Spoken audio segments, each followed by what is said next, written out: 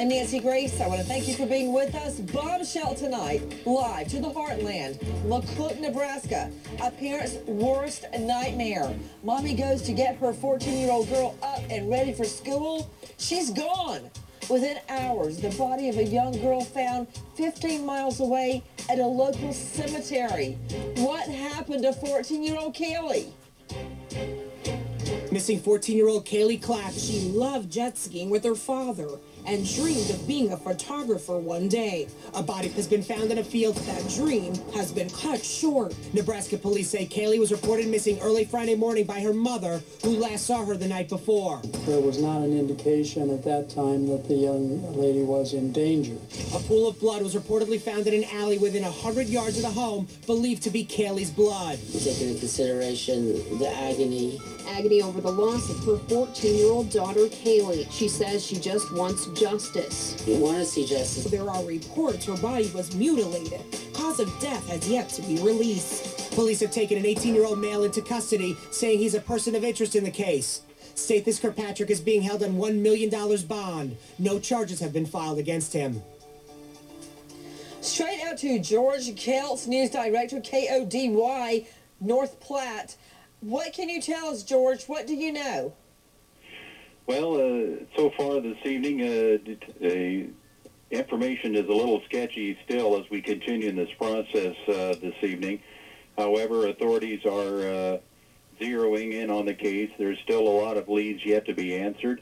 However, the disappearance of Kailee Clapp, which was informed by police early Friday morning of her disappearance by her mother, and as the day wore on, more information became available, and police decided to develop leads in this case. Okay. And here we are at this point in this investigation. So what I've just learned from George is that we've got leads in the case, that her mother reported her missing. Let's take it from the beginning. Jean Casares, what happened that we know? Thursday night, her mother and her sister saw her getting ready for bed in their home. The next morning, a little after 7, she was gone. The mother immediately reports her missing. It is indicated in the initial report that there is no endangerment at all of this little girl. But yet 100 yards from the back door, Nancy, there was a pool of blood. You know, Jane, that's what I don't understand. Once again, cops say runaway. How can they say runaway when there's a pool of blood feet from her back door? How, Jane? I don't know. And that day, really, it doesn't seem like too much was done in the afternoon. A little bit of investigation that night. Her body was found reportedly, at least partially dismembered, in a cemetery nearby the home. Okay. At the beginning, let's go back to square one. Mommy wakes up, goes in there to wake her up to get her ready for school. She's gone. What time was she seen last the night before, Jane? 10:30 by the sister. Okay, what was she doing? Getting ready for bed, Getting ready for bed. 10:30 p.m., so I assume that the sister and she had separate rooms. You're seeing shots there in the home, the little girl getting ready for bed the night before. All her little things laying beside her bed to get up for the next morning for school. To Alexis Weed, our producer on the story. What more can you tell me, Alexis? Nancy, I can tell you that right now there is a teenager, an 18-year-old male who's in custody right now with police in McCook. His name is Stathis Kirkpatrick, and he's being held there right now, Nancy, on no charges at all. He does have an arraignment scheduled for the 27th of January. Now, this was not her boyfriend, was it? The mother says no, and police are not telling us today why it is that they say he's connected to this case. Okay, Mark Class, president and founder, Class Kids Foundation. Everybody, we are taking your calls live. The body of this young girl found just a few miles from home at a local cemetery, mutilated, possibly dismembered. Her mom sees her, the sister sees her the night before, 10:30, getting ready to go to bed. Mommy goes in to wake her up the next morning for school. She's gone. She is gone. Mark Class, this is a worst nightmare because you see your child, you put your child to bed, you lock the doors, everything's fine, you wake up the next morning, they're gone. Yeah. The problem is, the real problem here, as you have outlined, is the whole idea that law enforcement loves to jump on the runaway scenario. If they have no fallback position, they say the child has run away. It tends to absolve them of responsibility and puts the burden of recovery on the shoulders of the parents. What this does, though, is it underlies a misunderstanding of the dangers faced by America's youth.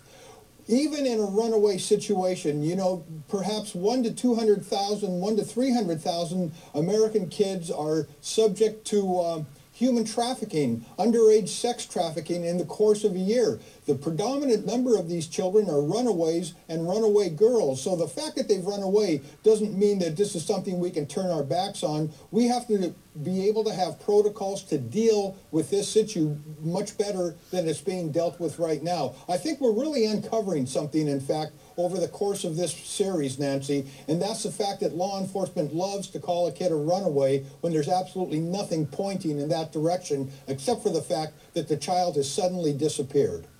And I want to clarify, and I don't know why this should even make a difference, Smart Class. This 18-year-old young man was not her boyfriend. This was of no doing of her own. And what is so scary is that somebody can get into your house and take a child out without you even knowing it.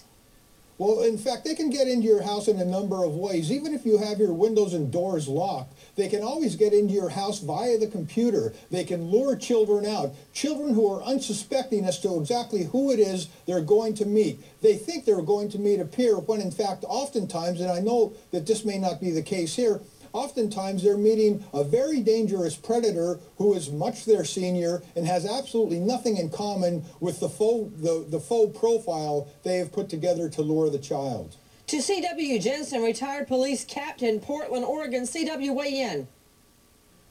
Well, I want to kind of disagree a little with Mark. I mean, in law enforcement, we get so many teenage children that run away, it becomes our default. And it's really not that we're doing anything wrong, but we look at the circumstances and say, this girl left. I assume that she left with clothing. I assume she left with her cell phone. So in that kind of circumstance, you say to yourself... We don't know she left with her cell phone or her clothing.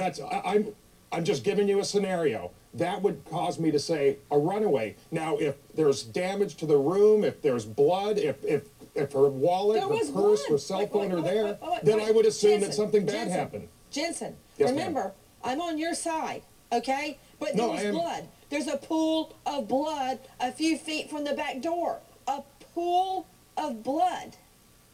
And that was about 100 meters from the home, and they ultimately found that and ultimately arrested this kid. And believe me, he's been charged with something, whether it's a warrant or something. No one goes to jail without charges. We are taking your calls live. This 14-year-old girl, the mommy and the sister see her getting ready for bed in her bedroom the night before, 10:30 p.m. Mommy calls police 7:11 a.m. It's too late. The girl is gone. The killer dumps her body at a local cemetery. We are talking about in America's heartland, McCook, Nebraska. This happens. We want to see justice for Kailee. I want whatever the law hands out to him is what the law hands out to him. I think that someday in eternity, he'll get his justice then.